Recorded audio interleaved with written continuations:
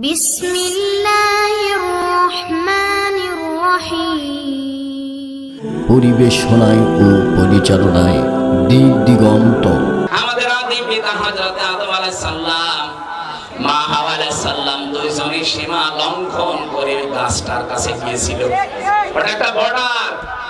আমরা মনে করি ওটা শুধু গন্ধম গাছের জন্য খাস না।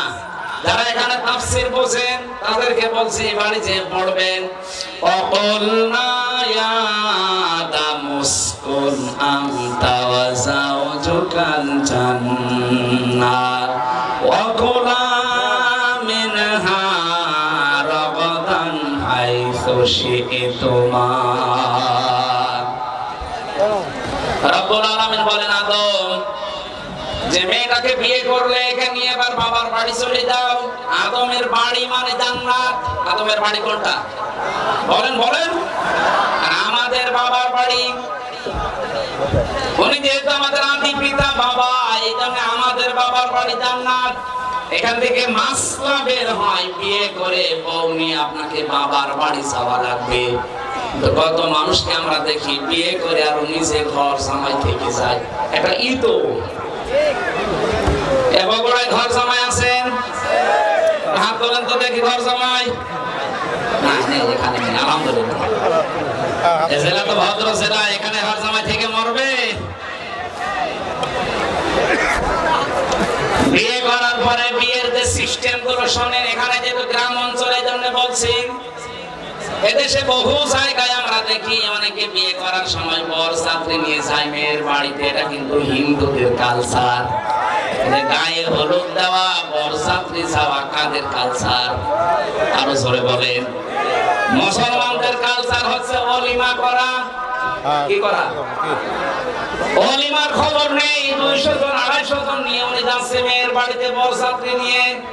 বরযাত্রী তো জায়েজ নেই। আপনি কোথায় যাচ্ছেন? আজকে থেকে জীবনে আর কোনোদিন বরযাত্রী যাবেন না। কারা হাত তোলেন তো? ও, যারা হাত তুলছেন আর ঝামেলা আছে। না না ভাই, ওটা যেহেতু জায়েজ নেই, আপনি যাবেন কেন? মেয়ের বাবার বাড়ি থেকে একটা পান খাওয়া জায়েজ নেই তার নিজের সন্তুষ্টি ছাড়া। আর আপনি 200 জন 500 জন নিয়ে চলে যাচ্ছেন, লজ্জায় কিছু বলতেও পারে না মেয়েটার কারণে। কথা বলেন না কেন? মেয়েদের যে কি অধিকার আল্লাহ দিয়েছে এইটা নেই। ওলিমা করে ছেলের বাড়ি না মেয়ের বাড়ি? ছেলের বাড়ি। কার বাড়ি? ছেলের বাবা যারা আছেন আজকে থেকে বরযাত্রীর চিন্তা ভাবনা বাদ দেন। এখন থেকে ওলিমা হবে এটা আপনার বাড়িতে। দরকার মেয়ের বাড়ির আরো 200-300 জন নিয়ে আসে। আমি বারবার বলছি কারণ আমার তো ছেলে নেই, আমার মেয়ে, আমার বাসা লাগবে না। তারপর ইসলামের নিয়মটা তো বলা দরকার। আমরাও পালন করতে ওই সময় পারি নাই, কারণ আমি ওই সময় জানতাম না। যে সময় বিয়ে হয়েছিল সঠিক কথা কি আমি জানলে ওই সময় মানতে পারতাম না, কারণ আমি তো ছিলামই একেবারে ওই রকম। সুতরাং এখন পরিবেশ যখন আমাদের এসেছে, আপনারা ছেলের বাবা ছাড়া এই নিয়মটা পাল্টিয়ে ফেলবেন। আর কোনোদিন বরযাত্রী যাবো না। কেউ দাওয়াত দিলে বলবো না আমি ওর ভেতরে নেই। আপনি ওলিমার দাওয়াত দেন, আমি আসি। কথা বলেন না কেন? হযরত আদম আলাইহিস সালাম স্ত্রীকে নিয়ে গেলেন বাড়িতে, তার মানে জান্নাতে। আল্লাহ বলেন, কুলা মিনহা রাগাদান হাইসু শি'তুমা।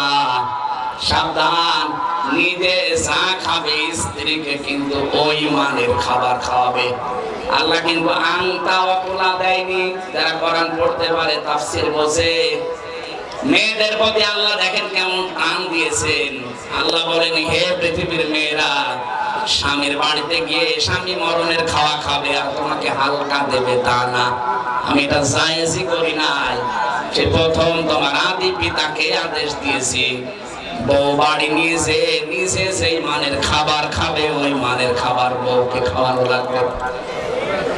এটা কিন্তু আল্লাহর আদেশ। আজ অনেক নামাজি, অনেক রোজাদার হজ করে আসে, কিন্তু পারিবারিক জীবনে এটা নেই। না, আপনার নামাজ হবে না, কারণ এটা একটা হক। যেই মানের খাবার খাবেন, যেই মানের পোশাক পরবেন, যেই মানের জায়গায় থাকবেন, ওইটা স্ত্রীকে ওইভাবে দেওয়া, এটা আল্লাহর নির্দেশ। আমাদের আদি পিতাকে আল্লাহ দিয়েছেন। কেউ যদি মনে করে এ আর কি দুনিয়ার কাজে না, এইটা দিয়ে আপনার জান্নাত তৈরি হবে, কেউ যদি তার স্ত্রীর জন্য, তার মেয়ের জন্য খরচ করে, তার মায়ের জন্য, নবী যে বলেন ওই টাকার হিসাব কিয়ামতে দেওয়া লাগবে না।